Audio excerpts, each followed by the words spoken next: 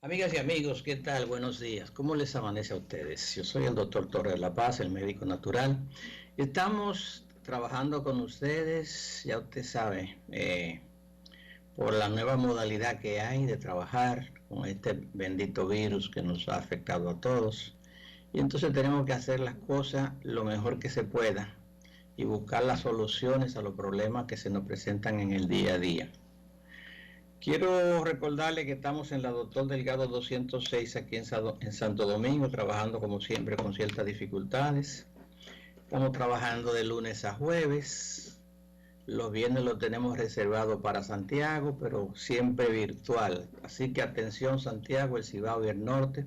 Allá tenemos a la doctora Jaques. Vamos a tratar de ver cómo hacemos algunas interacciones, intervenciones con la doctora Jaques, porque ella está allá en Santiago, le puede dar servicio durante la semana. Y entonces nosotros estamos los viernes también. Ella los viernes me asiste, le toma la presión a la gente, le mire el iris, le ve el masaje. Y entonces yo interrogo como si estuviéramos ahí frente al escritorio. Le hago el interrogatorio al paciente, o sea, lo que el paciente tiene, desde cuándo, lo que ha estado tomando. Es casi presencial.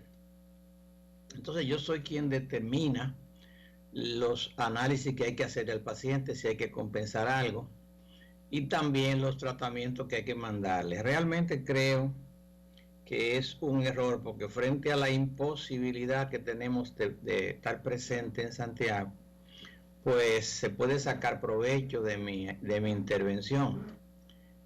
Es decir, yo no estoy ahora mismo en la televisión y sin embargo estoy hablando con ustedes me están viendo y me hacen cualquier cantidad de preguntas y se la contestamos. La respuesta es también muy buena. Entonces el hecho de que yo no pueda ir a Santiago no quiere decir que no nos veamos. Va a venir un día que yo no voy a ir a Santiago, que no puedo ir a Santiago, tampoco yo puedo ir a San Francisco. Hay muchos médicos de aquí de la capital que han tenido consultorio allá en Santiago y con el tiempo han dejado de ir. Algunos pacientes vienen a verlo aquí a la capital y otros pues aceptan comunicarse con esas personas, pero simplemente no van. No van porque no pueden venir, por decirlo así. Entonces, tenemos que aceptar esa situación. No puedo ir a Santiago por ahora. Ustedes saben, le hemos dicho que yo tuve un accidente, que todavía no me he recuperado. Pero estamos trabajando aquí en Santo Domingo, al paso, pero estamos trabajando, Así que vamos a cogerlo suave, que estamos frente a un proceso. Vamos a continuar leyendo el libro del doctor Malotra. Esto tiene suma importancia este libro, porque lo que establece este libro, que para que el virus del COVID afecte a las personas, para que se presente como está la gran mortandad que ha habido fundamentalmente en personas que tenían condiciones preestablecidas. Y las condiciones que el virus más afecta son precisamente la obesidad, la diabetes y la hipertensión. La semana pasada estuvimos hablando de la obesidad, precisamente cómo afecta el virus la obesidad, que el paciente obeso es una persona que tiene una inflamación preestablecida y el virus precisamente es una infección que produce inflamación.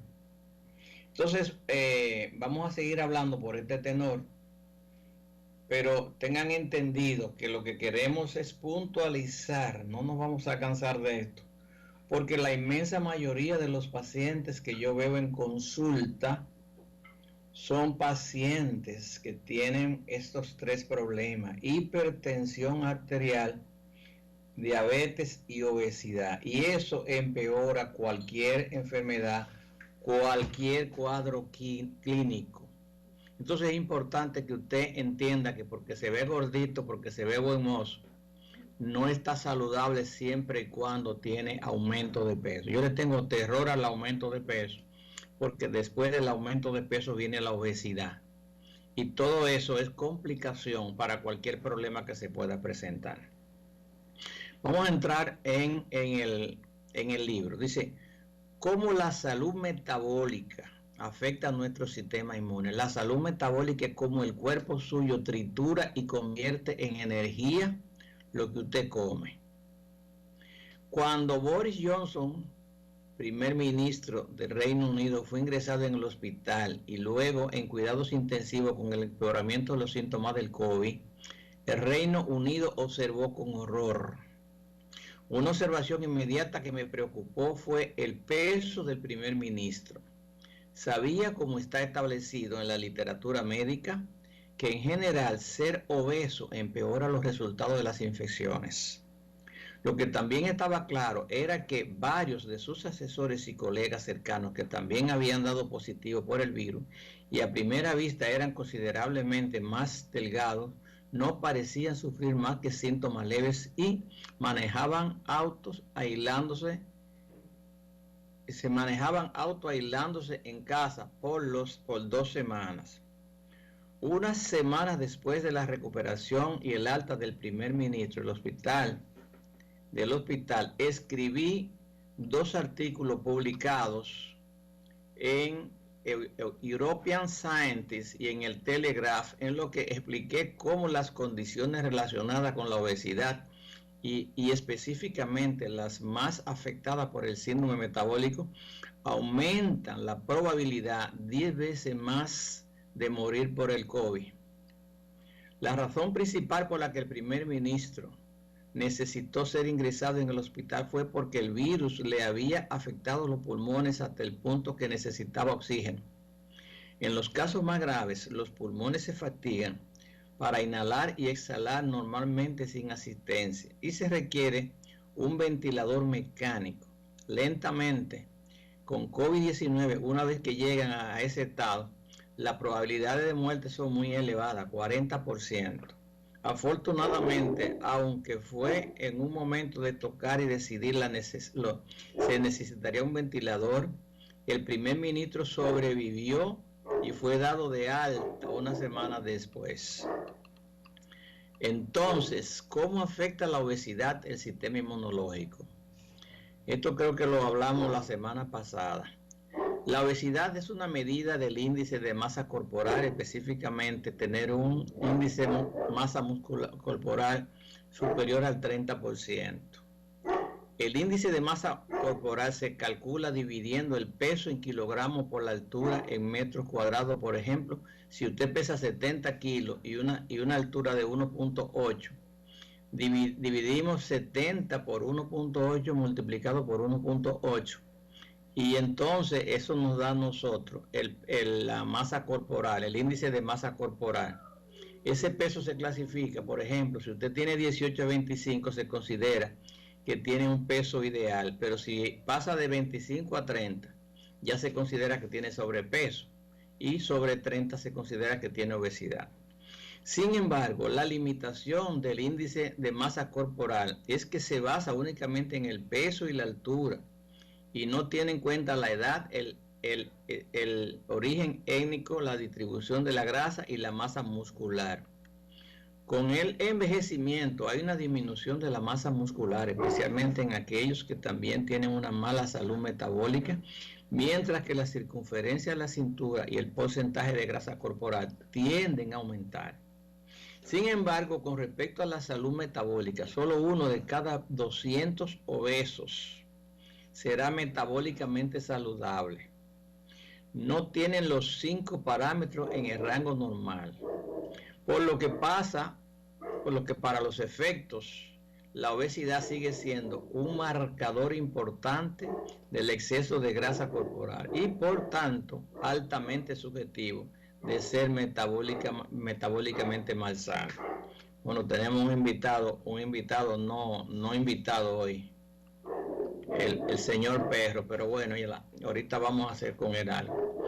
El exceso de grasa corporal tiene un efecto negativo sobre la función inmunológica normal de diferentes formas, pero principalmente a través de un proceso conocido como inflamación crónica. Cuando sufrimos una infección, una respuesta inmunitaria e inflamatoria que funciona correctamente, entonces nos protege. Pero cuando una persona tiene inflamación crónica, su cuerpo está constantemente bajo el ataque de los desencadenantes ambientales, como una mala alimentación, el tabaquismo y el estrés psicológico crónico, al que el sistema inmunológico responde y se ve afectado constantemente. Independientemente del peso de una persona, estos factores crean un estado de inflamación crónica en el cuerpo. Una persona tiene antecedentes inflamatorios crónicos y luego se expone a un virus o a una bacteria, las células responsables de combatir ese ataque no funcionan con la eficacia que deberían. Las células llamadas macrófagos son un tipo de glóbulos blancos que engulle y digiere invasores extraños como los que son antígenos, células que son también las células cancerosas y cualquier célula que no se reconozca como saludable. Además, el exceso de grasa corporal en el abdomen que rodea el hígado, el páncreas, incluso la grasa debajo de la piel, grasa subcutánea, libera demasiadas citocinas inflamatorias. Las citocinas son un grupo de proteínas liberadas por las células inmunitarias para ayudar a regular la respuesta inmunitaria a través de la comunicación con otras células del cuerpo.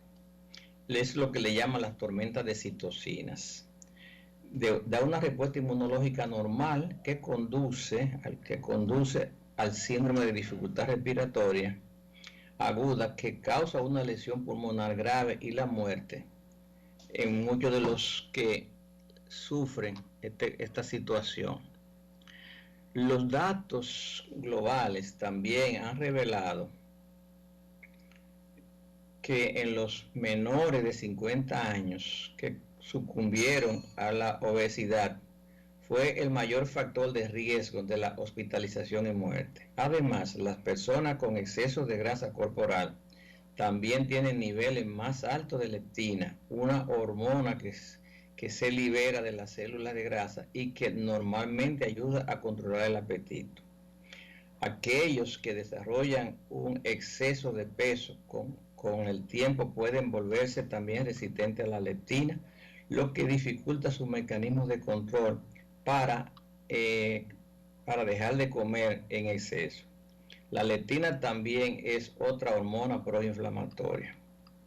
La obesidad también parece reducir la respuesta a la vacunación y aumentar el riesgo de mutación del virus. Así que vamos a tener problemas con la obesidad. Cuando una persona es obesa, ya sabemos que tiene lo que le llaman inflamación crónica. Entonces, el uso de la vacuna no va a responder tan eficientemente como lo hace cuando una persona tiene su peso normal, su peso corporal normal. Esto sucede porque los virus permanecen en el cuerpo por más tiempo, como resultado de la incapacidad de producir la respuesta inmunológica completa, lo que permite que el virus se replique por más tiempo y produzca una nueva cepa.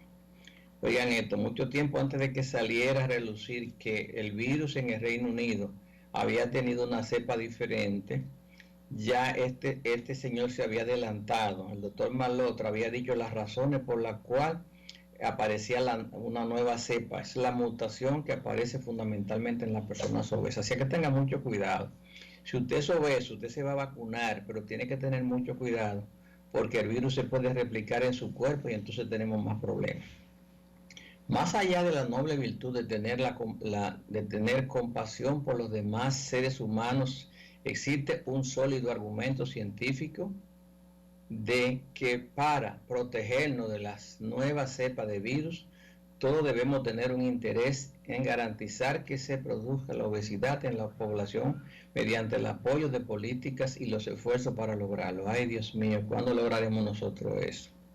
El sistema inmunológico de un individuo es el resultado de una serie de factores y algunos de ellos no pueden cambiar con la edad y la genética, incluidos las afecciones heredadas y adquiridas que tienen un impacto negativo en la inmunidad. Pero muchos de estos factores, como la dieta, el ejercicio, el peso corporal, el consumo de alcohol y tabaco, también pueden ser modificados. Vamos a otro mensaje de su interés y volvemos seguido. Varias afecciones, especialmente las relacionadas con la resistencia a la insulina y el síndrome metabólico, son más frecuentes en quienes sufren complicaciones y muerte por COVID. Aparte de la vejez, que es el mayor factor de riesgo, las otras afecciones que están relacionadas con niveles altos de glucosa en la sangre o mala salud metabólica provocada por el exceso de grasa corporal y la inflamación crónica. Combinados todos estos conducen a una respuesta inmune subóptima, o sea, por debajo de lo normal. Por lo tanto, deberíamos pensar en la enfermedad metabólica como una enfermedad del sistema inmunológico. El hecho de que usted no se sienta nada y ande por la calle por ahí feliz y contento, si usted es obeso o tiene masa corporal por encima de el índice de masa corporal por encima de 25, tiene hipertensión arterial o tiene niveles de azúcar en la sangre elevados, usted no es saludable. Usted es una persona que está expuesta a que problemas que otros los sobrepasan con facilidad puedan afectarlo a usted. Los virus y las bacterias prosperan gracias a los niveles altos de azúcar en la sangre. De hecho, no hay que andar muy lejos para darse cuenta que muchas enfermedades que existen hoy resulta que por la mutación de virus y bacterias que antes no nos hacían nada, pero que ahora, comiendo tantos alimentos con azúcar y teniendo poca actividad física, son responsables de todos estos problemas. Está bien establecido en la literatura médica y algo que he presenciado y manejado en mi carrera es que la diabetes tipo 1 como tipo 2 están asociadas con infecciones más frecuentes y graves. Para mayor claridad, la diabetes tipo 1 representa aproximadamente el 10% de todos los pacientes diabéticos y no es causada por el estilo de vida, sino que es una afección autoinmune que generalmente comienza en la niñez o en la edad adulta temprano. Tengo mis divergencias en este caso. Por razones desconocidas,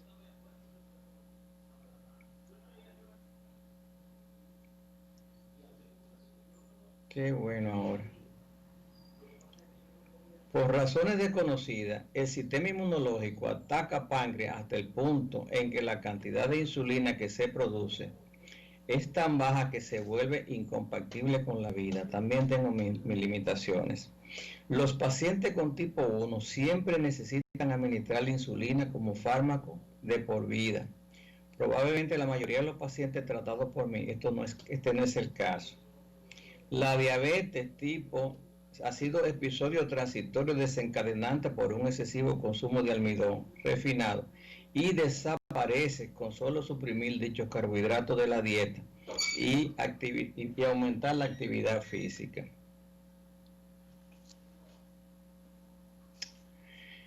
Así como la diabetes afecta a muchos órganos, las afecciones los afectan también en pacientes con diabetes. Repito, así como la diabetes afecta a muchos órganos, las infecciones los afectan también en pacientes con diabetes. O sea que las infecciones afectan con más frecuencia a los pacientes diabéticos.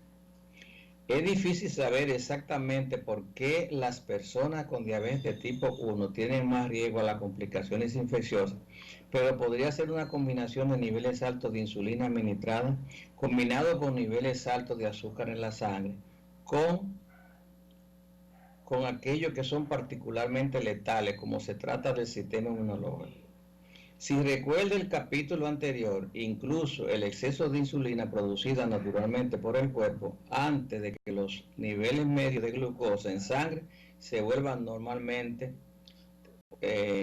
tiene un efecto inflamatorio.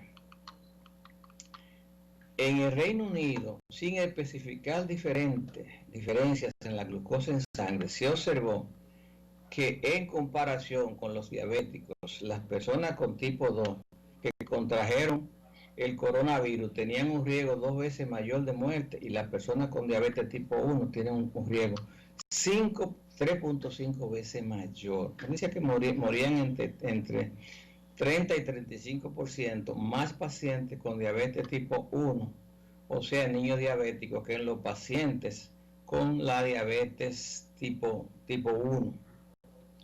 Teniendo en cuenta todos estos datos, sería prudente minimizar significativamente y en los grupos más vulnerables, evitar por completo los alimentos que van a elevar la glucosa en la sangre por encima del nivel normal. En el capítulo 6 destacaré qué tipo de alimentos. También explicaré cómo para la persona con diabetes tipo 2 la glucosa en sangre por sí sola puede mejorarse tan solo unos días después de cambiar la dieta a una persona. Incluso puede entrar en remisión dentro de los 28 días en una proporción significativa. En cuanto a las personas con diabetes tipo 1, también se puede lograr un control mucho mejor del promedio de glucosa en sangre y la necesidad de menos insulina, optimizando los tipos de alimentos que comemos. Envejecimiento e inmunidad. No podemos ignorar el impacto del envejecimiento en la inmunidad, especialmente porque con el coronavirus con mucho el mayor factor de riesgo y la muerte, el envejecimiento. Por ejemplo, los mayores de 65 años representan el 80% de las hospitalizaciones en comparación con los menores de 65 años y tienen 23 veces más probabilidades de morir. O sea que las personas mayores hay que mantenerla, aunque quiera usted o no, hay que mantenerla lo más alejada posible del contacto con el exterior hasta que pase esta desgracia. Sin embargo, es importante tener en cuenta que la gran mayoría de los que murieron por coronavirus, o de los que están muriendo en grupos de mayor edad, tenían al menos una condición subyacente predominantemente arraigada de una mala salud metabólica. Por ejemplo, en Italia, la edad promedio de muerte fue 81 años y los que murieron tenían al menos 2 afecciones subyacentes, incluidas enfermedades cardíacas, presión arterial alta y cáncer. El envejecimiento está asociado con una disminución de la capacidad del sistema inmunológico para realizar 4 tareas específicas de la respuesta inmunológica a los patógenos. Reconocer, alertar, destruir y limpiar. Esa es la responsabilidad fundamental del sistema inmunológico. Sin embargo, algunos mayores de 100 años han podido sobrevivir al COVID, lo que probablemente se deba a una combinación de buena salud metabólica y cierta protección genética. Pero como probablemente ya habrá adivinado, los principales problemas relacionados que afectan a los ancianos, sin incluir su vínculo con el COVID, están relacionados con el estilo de vida y la gran mayoría tiene su origen en una mala salud metabólica. Las principales afecciones son la enfermedad coronaria, la diabetes, la enfermedad pulmonar obstructiva crónica, casi exclusivamente relacionada con el tabaquismo, la insuficiencia cardíaca, los accidentes cerebrovasculares, el cáncer, la depresión y la ansiedad y la demencia. Y una población mayor con enfermedades crónicas no solo tiene sufrimiento a millones de personas y familias, también es un gran estrés del Sistema Nacional de Salud y la atención social. Eso es refiriéndose al Reino Unido, ¿no? En el Reino Unido, 1/5 parte de la población tiene más de 60 años. O sea que 20 de cada 100 personas tienen más de 60 años, lo que representa un grupo más grande de pacientes que utilizan el Sistema Nacional de Salud, representando el 60%, con un equivalente a 16.000 millones de libras esterlinas en gastos de asistencia social de las autoridades locales y el 40% de todas las estancias en camas hospitalarias. Imagínense usted, con el virus esto se agrava muchísimo más. Estas estadísticas pintan una imagen desgarradora. No debería así, podemos hacer algo al respecto, pero bueno, eso va a ser difícil. Por ejemplo, las lesiones de vida caída son la principal causa de muerte en las personas mayores donde quiera, mayores de 75 años. Así que si usted tiene 75 años, asegúrese bien para no dejarse caer. Esto se debe a la mala nutrición combinada con la falta de ejercicio. Es preocupante que solo el 17% de los hombres y el 13% de las mujeres de 65 y 74 años hagan suficiente ejercicio para cumplir con las pautas internacionales de los 30 minutos de ejercicio moderado al menos 5 días a la semana. Para mayores de 75 años, esto se reduce a un 8% de los hombres y un 3% de las mujeres. Al igual que la eficacia de la vacuna contra la influenza se reduce notablemente en los grupos de mayor edad, pero varios estudios han revelado que el ejercicio puede aumentar significativamente la respuesta del anticuerpo a las vacunas de la influenza y también, por supuesto, a la vacuna del coronavirus. Según una organización benéfica, el envejecimiento saludable puede considerarse como la promoción de una vida saludable, la prevención y el tratamiento de enfermedades de discapacidades asociadas con el envejecimiento. El envejecimiento se puede considerar como una acumulación de cambios a lo largo del curso de la vida que aumenta la fragilidad. Si podemos diseñar y ejecutar intervenciones efectivas para prevenir o retrasar la aparición de enfermedades crónicas y aumentar la esperanza de vida saludable, habrá dividendos sociales, económicos y de salud para todos nosotros. Por lo tanto, es hora de cambiar la narrativa de cómo una población que envejece es una carga para la atención médica y la necesidad a lo poco saludable, que es la población que envejece y es casi completamente prevenible. Bueno, la verdad es la siguiente: las personas que hemos tenido la oportunidad de vivir en otros países, especialmente Europa, ver envejecer, por ejemplo, en un país como el de nosotros, ¿verdad? Pues hasta cierto punto lo llena de angustia. Le voy a dar un dato. Estados Unidos no se puede utilizar como paradigma, como ejemplo de organización en ningún sentido, porque Estados Unidos se llama comida y cuarto y comida, comida y cuarto y comida. Entonces, por ejemplo, en Europa, yo le voy a dar un caso. Yo viví durante un tiempo en Francia. La obligatoriedad de retirarse a los 65 años allá es un hecho. Todas las personas que trabajan en el Estado tienen que retirarse a los 65 años para darle cabida a la juventud que va subiendo. Entonces resulta, imagínense un muchacho que nace cuando otro comienza a trabajar a los 30 años, tiene que esperar 35 años para poder escalar ese puesto. Pero bueno, en Francia, por ejemplo, cuando una persona se retira, en la inmensa mayoría de los pueblos, le dan un pedazo de tierra no muy lejos de la ciudad. Ese pedazo de tierra, 1 o 2 tareas, le permite ponerse a trabajar, a sembrar frutos menores. Hay un autobús que pasa a recogerlo por la mañana y lo deja allá. Se puede llevar su mochila, lo que sea. Es posible que haya una persona que le cocine. Y esa persona a las 5 de la tarde, por ejemplo, pasa el mismo autobús a recogerlo. Esa persona no le echa de menos, por decirlo así, a la angustia que produce el haber estado toda una vida levantándose a las 7 o a las 6 de la mañana para prepararse y coger para un trabajo y regresar a su casa a las 3 o a las 4 o a las 5 de la tarde.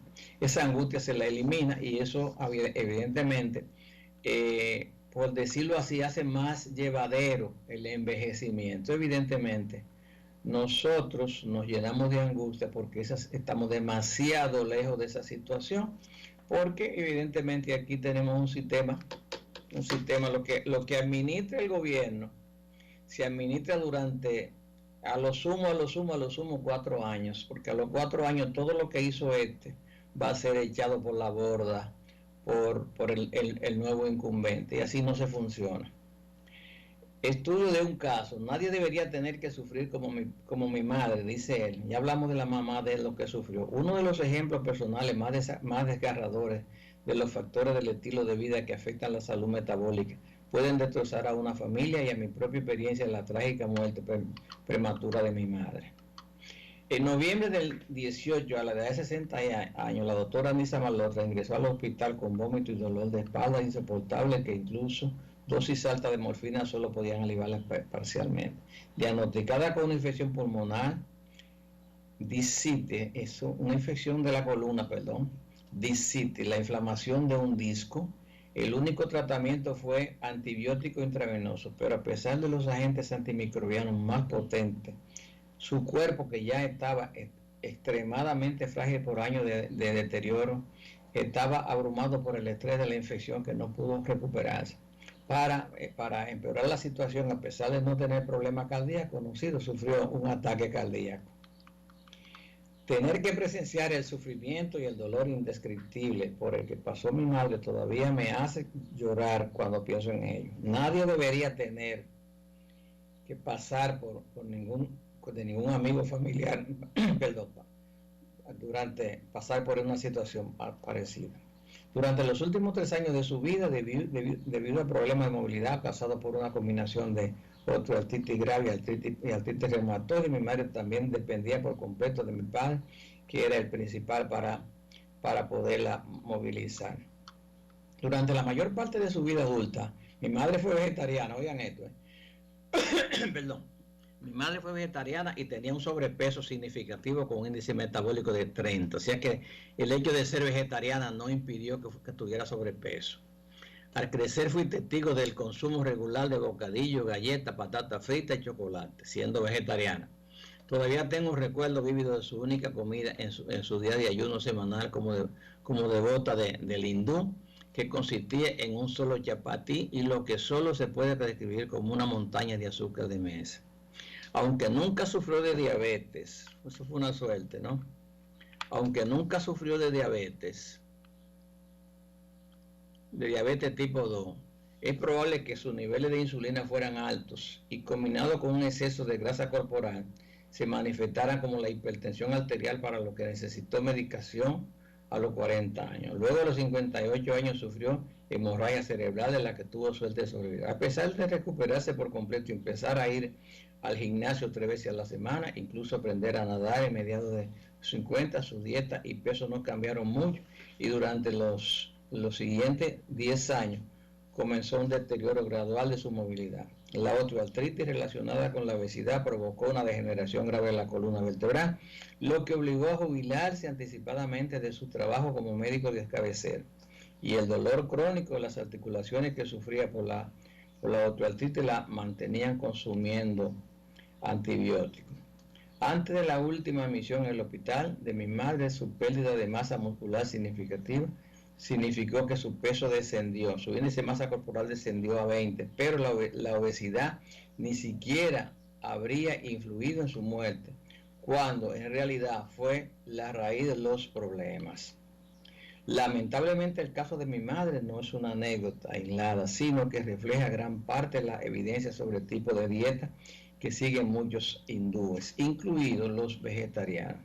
Es instructivo notar que en la India, con más vegetarianos y veganos que no comen nada animal que todos los demás países juntos, es casi la capital mundial de la diabetes tipo 2. Oigan esto, los hindúes son la gente más vegetarianos y que no comen nada derivado de animal en el mundo. Sin embargo, son la capital de la diabetes tipo 2 en el mundo. En los últimos 50 años, coincidiendo con el aumento vertiginoso de la prevalencia de la diabetes tipo 2, el subconsciente ha experimentado aumento del consumo de trigo procesado, azúcar y aceites de semillas industriales, también conocidos como aceites vegetales, que han superado la grasa animal, como la mantequilla, el ghee, con un porcentaje de calorías grandísimo.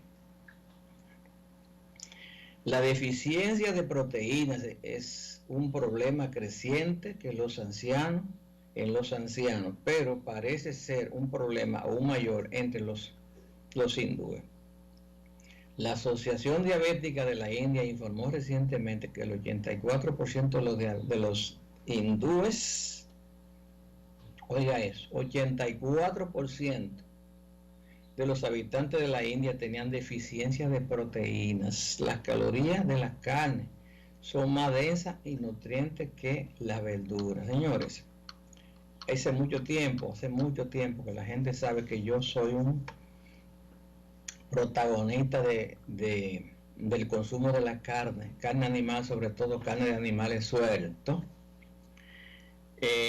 Los que quieran comer vegetales, que coman vegetales, además de que los vegetales están más contaminados que las carnes, pero es que no es lo mismo, el cuerpo está hecho de carne, se lo he dicho no una vez, sino muchísimas veces.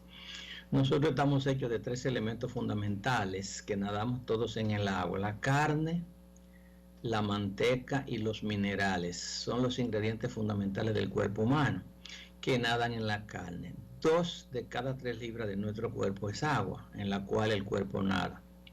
La pérdida de masa muscular es parte natural del proceso de envejecimiento, mucho más acentuado en la persona vegetariana, pero puede mitigarse significativamente con una dieta adecuada, incluida la obtención de suficiente proteína de origen animal y mantenerse activo. Esto no solo es bueno para el sistema inmunológico y la salud metabólica, sino que reduce el riesgo de caídas y fracturas óseas. Recuerda el capítulo anterior que la principal causa de mortalidad en los mayores de 75 años son precisamente las caídas. ¿Por qué las dietas? ¿Por qué nuestra dieta podría enfermarnos? El 80% de las enfermedades crónicas es atribuible al estilo de vida y factores ambientales relacionados. Y dentro de la jerarquía del estilo de vida, la mala alimentación es el contribuyente más importante, ahora responsable de más enfermedades y muertes que la inactividad física, el tabaquismo y el alcohol combinados. O sea, hay que tener mucho cuidado. Dentro de la jerarquía del estilo de vida, la mala alimentación es el contribuyente más importante, ahora responsable de más enfermedades y muertes que la inactividad física. El tabaquismo y el alcohol combinado. Actualmente se estima que las muertes mundiales por una nutrición deficiente son de 11 millones de personas al año. O sea que no necesitamos mucho control de la natalidad, porque 11 millones de personas en el año van a morir por mala nutrición, mala alimentación. La gente puede tener todo el refrigerador lleno de comida chatarra, el supermercado está ahí lleno, vamos al supermercado, venimos llenos de comida chatarra, mete eso ahí al microondas, caliéntalo, y ahí está el desayuno, ahí está la comida, ahí está la cena. Según el estudio más reciente de Lancet, una revista eficientísima de Inglaterra, hay una serie de factores dietéticos que a través de una ingesta excesiva o inadecuada contribuyen a las enfermedades metabólicas crónicas. En otras palabras, una mala alimentación se describe mejor como no obtener de los alimentos todos los nutrientes importantes para una buena salud. O sea, no es comer, es que el cuerpo pueda extraer de los alimentos los nutrientes que necesita. Mientras se ingieren el tipo de productos que con el tiempo harán engordar y enfermar. Los principales culpables de la dieta son el exceso de sal, una dieta baja en vegetales enteros, con ingesta inadecuada de frutos secos y semillas, una falta de grasa omega 3, una falta de fibra, un exceso de azúcar y una ingesta elevada de carne procesada. Recuerden el libro que le estuve mencionando de Soledad Barruti, que se llamaba Los mal comidos y la mala leche, en la cual, haciendo un estudio pormenorizado de la comida de los argentinos, encontró que había en los productos en el supermercado, había 54 formas diferentes de esconder el azúcar en esos alimentos. O sea, que tú estás comiendo, yo me estoy comiendo una galletita de soda. ¿Por qué te comes una galletita de soda si la harina no sabía nada? No, lo que pasa es que esa galletita de soda tiene sal, tiene harina y tiene dulce escondido. Cuando llega a la boca, esos alimentos inmediatamente se disuelven en la saliva y el cuerpo y las papilas gustativas se encargan de los demás. O sea que 54 formas diferentes de esconder, 54 formas diferentes de esconder el azúcar en los alimentos que compramos en el supermercado para ir picando. Directamente vinculado a la mala alimentación, estos consumos excesivos de alimentos y bebidas ultraprocesados, que ha desplazado el consumo de alimentos integrales y nutritivos. Como explicaré a continuación, los alimentos y bebidas ultraprocesados son ahora el enemigo número 1 de la dieta occidental y representan más de un asombroso 50% de la caloría consumida en promedio en el Reino Unido. Imagínese usted en Estados Unidos. En resumen, los alimentos y bebidas ultraprocesados son esencialmente cualquier formulación industrial, un producto envasado, son 5 veces más, 5 o más ingredientes que generalmente contienen azúcar, aceite no saludable y sal que carecen de fibra, vitaminas y minerales. Ejemplo, son productos típicos ultraprocesados, incluyen las bebidas carbonatadas, helados, confitería, panes y bollos envasados, producidos en masa con margarina, crema para untar, etc. Desayunos, cereales, yogures de fruta y productos de salud y adelgazamiento, por nombrar algunos. Debido a que estos alimentos han sido diseñados deliberadamente por la industria alimenticia para que sean baratos y muy apetecibles, también fomentan el consumo excesivo. Son levemente aditivos y pueden estimular el apetito. En el extremo, se comen en lugar de lo que debería consumir, lo que los hace deficientes nutricionalmente y productores de enfermedad, ya que a veces se consumen, además de lo que debería comer, lo que engorda y enferma. Bueno, evidentemente yo durante muchísimo tiempo he estado preconizando, he estado promoviendo el consumo de lo poco que nos queda a nosotros saludables sin grado sumo. Promoviendo el coco. Somos isleños, algunos son descendientes de europeos, otros son descendientes de Argentina, pero en el fondo hay una mayoría que tenemos el negro detrás de la oreja. El coco es un alimento isleño y tiene una gran cantidad de proteína, una gran cantidad de grasa y una gran cantidad de minerales. Es un alimento completo, igual que el aguacate. De los pocos que no están contaminados, que se pueden comer sin ningún problema, es el coco. Yo por mi parte consumo coco, no me importa que me digan como le dicen a uno, y consumo huevo. El huevo es mi desayuno fundamental. Y eso realmente me hace, a mi edad, no se la voy a decir, pero ya ustedes pueden imaginar, tengo unos cuantos años en la radio y la televisión, me hace precisamente enfrentarme a montones de problemas. Ahora mismo tuve una dificultad, ya lo dije, tuve un accidente, pero en mi estado de salud óptima, pues yo tuve, por ejemplo, yo recuerdo que tuve como 10 días sin comer, solamente con soluciones. Mi hematócrito bajó terriblemente, bajó a menos de 20. Mis niveles de hemoglobina bajaron a 8. Y ahí no hubo problema, los médicos no quisieron ponerme sangre. Yo entendía que yo tenía una salud metabólica tan buena que yo me iba a recuperar sin ningún momento.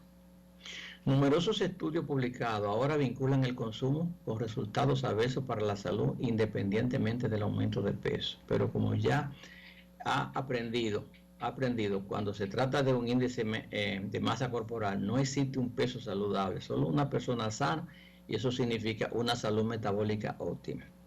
Incluso gran parte del pan que compramos habitualmente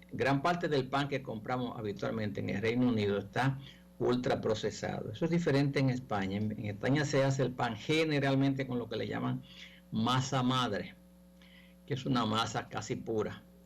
A menudo hay más de una docena de ingredientes en un pan típico en un supermercado, incluidos aditivos, conservantes, incluso los etiquetados como pan integral saludable. Hay algunos datos recientes que sugieren que los propios aditivos elevan los niveles basales de insulina independientemente del tipo de alimento que consuma, y los estudios en ratones revelan que los aditivos tienen un efecto adverso sobre el microbioma intestinal, que en sí mismo contribuye a la inflamación crónica, como dice la máxima. Si tu abuela no reconoce alguno de estos ingredientes, no lo coma. Recuérdese que hay un lío aquí muy fuerte, la gente tiene una moda con la cúrcuma y otros ingredientes hindúes. Y yo precisamente le digo a la gente, si eso fuera tan saludable, mi abuela lo hubiera consumido. O sea que la moda en la alimentación no funciona. Tenemos un problema muy serio con esto, pero yo creo que va a ser muy tarde cuando la gente entienda realmente que el procesamiento de la comida no tiene nada que ver con una buena salud. Vamos a unos breves mensajes de su interés y entonces volvemos con ustedes. Adelante, señor director.